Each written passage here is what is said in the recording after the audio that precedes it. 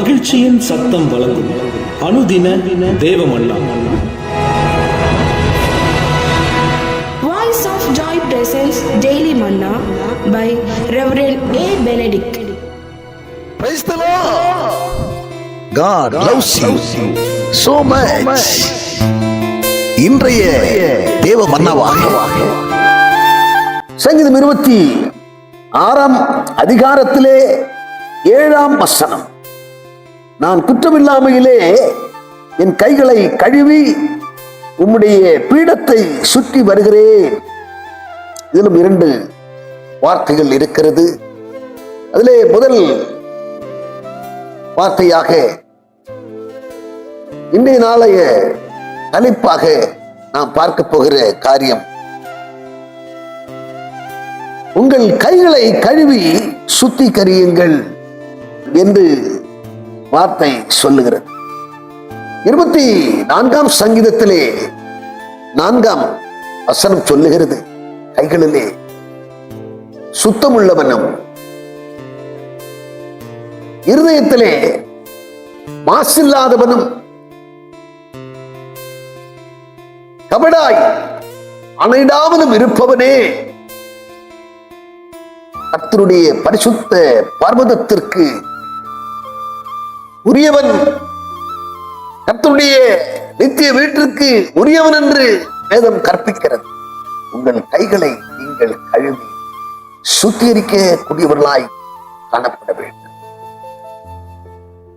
ஏசாயா 1 அதிகாரத்திலே 16 வசனம் விதமாக சொல்லுகிறது, உங்கள் கைகளை கழுவி சுத்திகரியுங்கள், உங்கள் கிரியைகளின் பொல்லாப்பை என் கண்களுக்கு மறைவாக அகற்றிவிட்டு தீமை செய்தலை விட்டு ஓயுங்கள். உங்கள் கைகள் கரைப்படிந்ததாயிருக்கிறது, அசுத்த கைகளாயிருக்கிறது. இந்த கைகள் கழுவப்பட வேண்டிய கைகள், சுத்திகரிக்கப்பட வேண்டிய கைகள். இந்த கைகள் எதனாலே கரைப்படிந்த தாய் மாறுகிறது என்று சொல்லி பார்க்கும் பொழுது,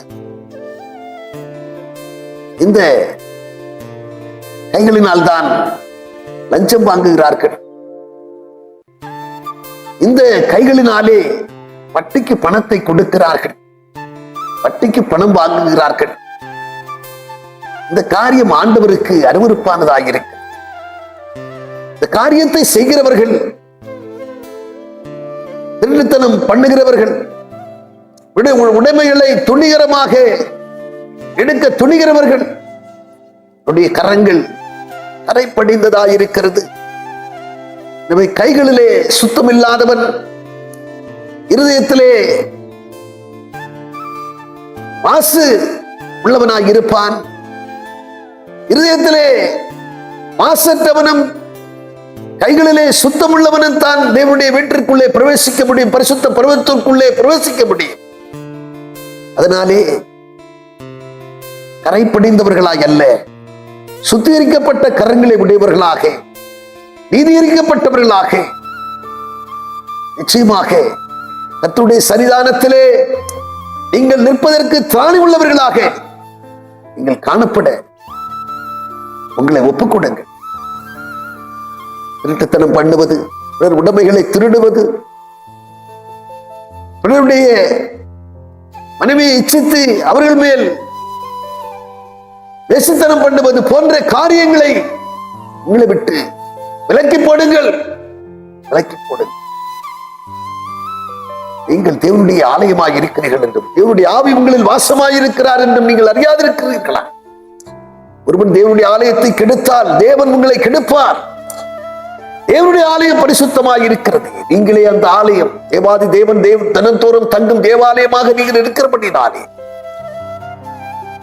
கைகளானாலும் ஒவ்வொரு உடல் உறுப்புகளானாலும் அது சுத்திகரிக்கப்பட்டு பரிசுத்தமாக்கப்பட்டு தேவனுக்கு உரியவர்களாய் நீங்கள் காணப்பட வேண்டும். அப்படி இருப்பீர்கள் என்று சொன்னால் அவருக்கு உடையவர்களாக, அவருக்கு உகந்தவர்களாக நீங்கள் காணப்படுவீர்கள் என்கிறதிலே கொஞ்சம் சந்தேகமில்லை. நாம் ஜெபம் பண்ணுவோம். பரலோக பிதாவே, நாங்கள் உம்மை துதிக்கிறோம், உம்மை ஸ்தோத்தரிக்கிறோம். ஆண்டவரே, நீங்கள் தேவனுடைய ஆலயமாய் இருக்கிறீர்கள் என்றும் தேவனுடைய ஆவி உங்களில் வாசமாய் இருக்கிறார் என்று நீங்கள் உங்களுடையவர்கள் அல்ல என்று நீங்கள் அறியீர்களா? நீங்கள் கிரயத்துக்கு கொல்லப்பட்டீர்களே.